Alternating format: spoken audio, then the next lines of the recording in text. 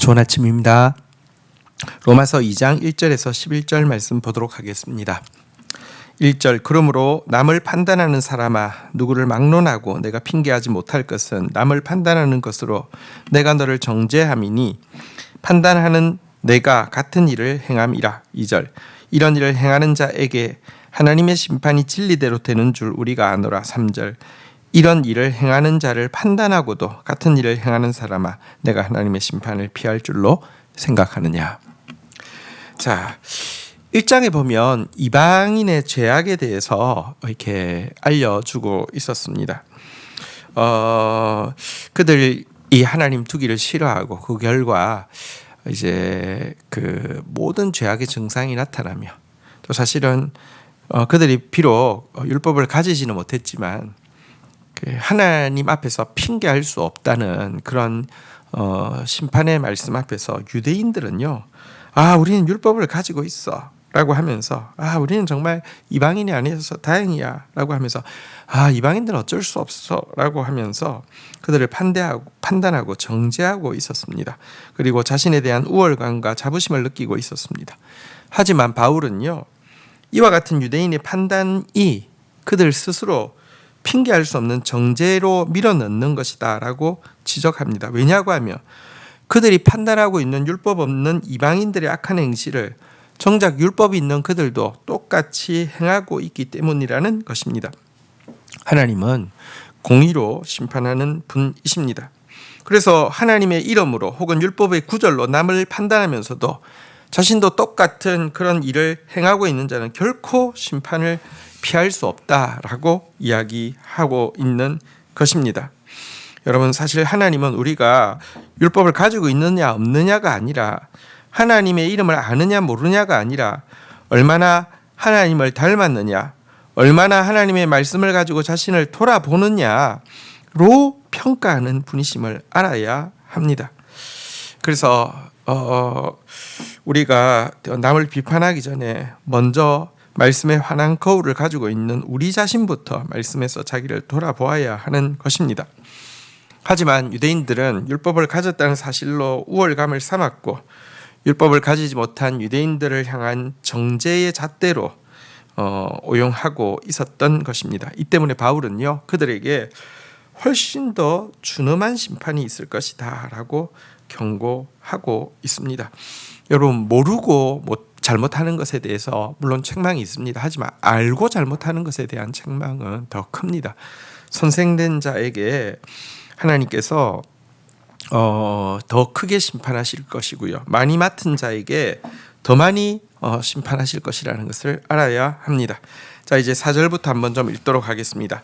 혹 네가 하나님의 인자하심이 너를 인도하여 회개하게 하심을 알지 못하여 그의 인자하심과 용납하심과 길이 참으심이 풍성함을 멸시하느냐.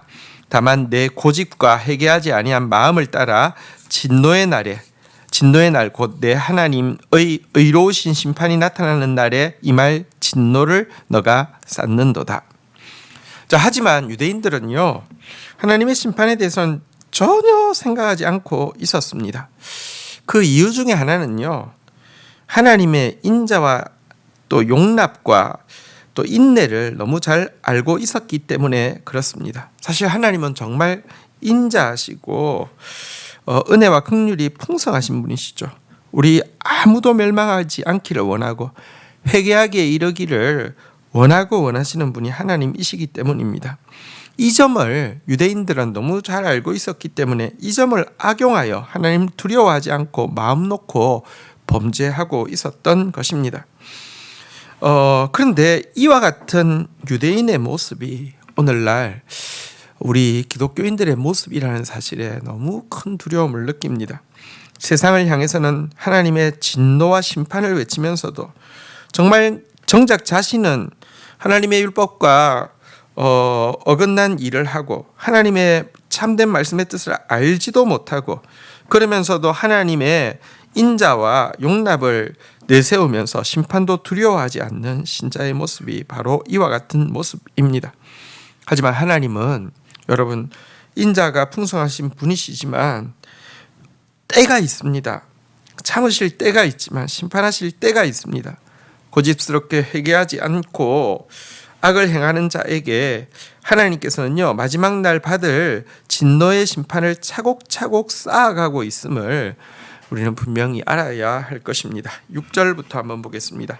하나님께서 각 사람에게 그 행한 대로 보응하시되 7절 참고 선을 행하여 영광과 존귀와 썩지 아니함을 구하는 자에게는 영생으로 하시고 8절 오직 당을 지어 진리를 따르지 아니하고 불의를 따르는 자에게는 진노와 분노로 하시리라. 자, 이어서 바울은요, 하나님의 보상의 원칙 그리고 보복의 법칙에 대해서 설명하고 있습니다. 하나님 무엇으로 보상하시고 무엇으로 보복하실까요? 단순히 이야기하면 오늘 본문에 보면 행위대로 보응하신다는 것입니다. 하나님은 참고 선을 행함으로 썩지 않는 영광과 존귀를 구하는 자들에게는요, 영생으로 갚으신다라고 이야기하고 있습니다. 여기서 영생이란 영원히 그냥 수명이 늘어나는 것을 이야기하는 것이 아니라 정말 영광과 존귀의 면류관을 쓰고 주와 함께 생명의 왕노릇하게 되는 상태를 이야기합니다. 그러나 반대로 진리 대신 불의를 따르면서 당을 지어 서로 합리화하려는 자에게는 그 당의 세력이 아무리 크고 견고할지라도 결국은 큰 진노와 분노의 심판으로 갚으실 것이다 라고 밝히고 있습니다. 자, 이제 9절부터 보도록 하겠습니다. 악을 행하는 각 사람의 영에는 환난과 공고가 있으리니 먼저는 유대인에게요 그리고 헬라인에게며 10절 선을 행하는 각 사람에게는 영광과 존귀와 평강이 있으리니 먼저는 유대인에게요 그리고 헬라인에게라. 하나님께서 행위대로 갚으신다는 보상과 보복의 심판은 유대인이나 이방인의 차별이 없다라고 이야기하고 있습니다. 지금도 하나님은 악을 행하는 각 사람에게는요, 비록 겉으로는 심판하고 있는 것처럼 보이지 않는다 할지라도 영혼 안에서부터 참된 환난과 공고로 심판하고 계십니다. 영혼의 기쁨이 하나도 없고요. 정말 죽고 싶은 마음들만 계속 생기게 하거나 지옥과 같은 증오와 또 회의와 또 미움과 살인으로 마음을 가득 채우게 하신다는 것입니다. 또 선을 행하는 자도 마찬가지입니다. 당장 눈에 보이는 것이 없지만 장차 받을 썩지 않을 영광과 존귀의 증표로서 지금도 누구도 빼앗아갈 수 없는 평강으로 갚아주고 있다는 것입니다. 자, 우리 11절 그래서 하나님의 원리를 이렇게 마지막으로 정리하고 마무리하고 있습니다. 이는 하나님께서 외모로 사람을 취하지 아니하심이라. 여러분, 오늘날 많은 신자들이 자기 신앙에 대해서 안심하는 이유는 외모 때문입니다. 나 하나님 믿어라는 말입니다. 하지만 오늘날 너무나 많은 신자들은 하나님을 믿는다고 하지만 하나님의 공의, 하나님의 진리의 말씀 자체를 믿는 것이 아닙니다. 왜냐하면 진리가 무엇을 말하는지도 모르고 지식 없는 열심으로 믿고 있기 때문에 그렇습니다. 정말 구원의 감격도 또 구원받은 자로서의 증거인 선행도 없으면서 단지 교리적인 지식으로 믿는다라고 고백하고 주기적으로 예배당만 찾아가는 행위로 심판에서 면죄부를 받은 것처럼 확신합니다. 하지만 하나님은 결코 이 외면적인 것으로 사람을 판단하지 않습니다. 참된 신자는 어떤 사람입니까? 이 세상에서 참고 선을 행하며 영광과 존귀와 썩지 않을 면류관을 구하는 자가 참된 신자입니다. 그런 신자가 되기를 주의 이름으로 축원드립니다. 기도하며 나가도록 하겠습니다.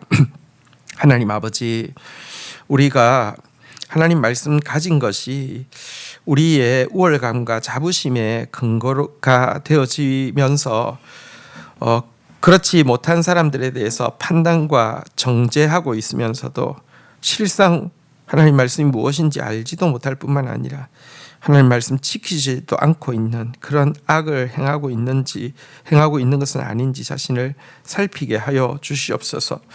하나님의 사랑에 대해서 강조하면서 사실 하나님의 진노에 대해서 정말 외면하고 또 싫어하고 또 무시하려는 자는 아닌지 살피게 하여 주시옵소서. 하나님 갚으시되 행위대로 갚으실진데 하나님 우리가 정말 참고 선을 행하고 썩지 않을 면류관을 구하는 삶으로 살아갈 수 있도록 주님께서 은총을 베풀어 주시기를 간절히 간구하고 소원합니다. 예수 그리스도의 이름으로 기도 올립니다. 아멘.